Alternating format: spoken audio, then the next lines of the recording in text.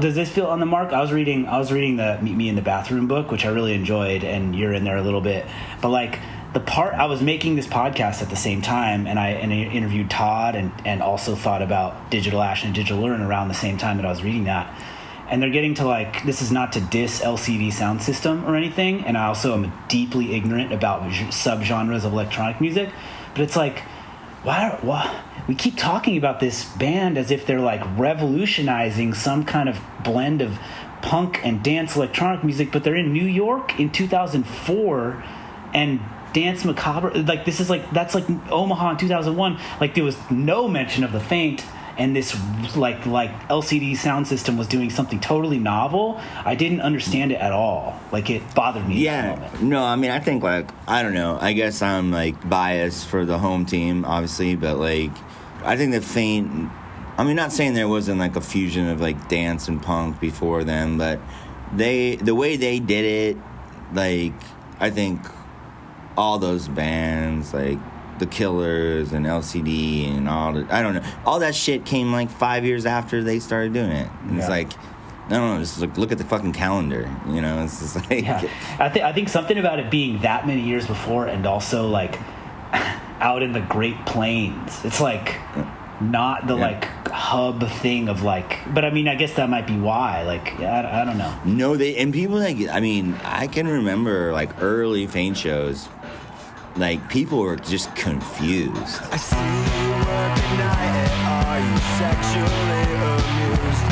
What's it like to have a room of guys encircling you?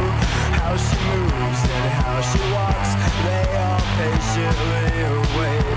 While the heat from in their pockets could burn marks into their legs. Without your needs and your support, she'd have a job the same as ours.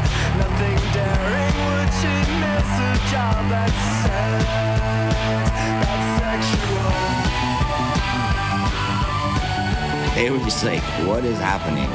And they had like all their lights, like these are like in DIY like punk clubs, and they had like, they were triggering all their lights with their feet, like guitar pedals. So it's like the chorus hits and they hit the strobe light, and like they were like, their production value was like so much above like every other band that played that night. It'd be like a 5-band bill, and then all of a sudden you're like in like a stadium basically, and you're like, what is going on?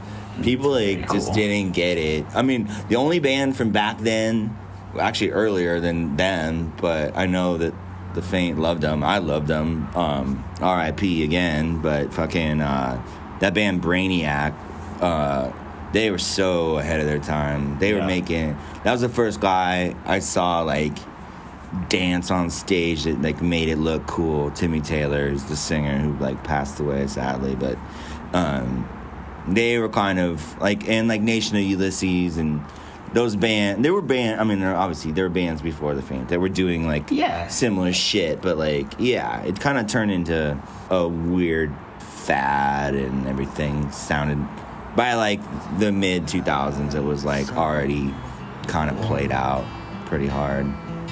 If you enjoyed that clip, you should check out the After the Deluge podcast, wherever you listen to podcasts.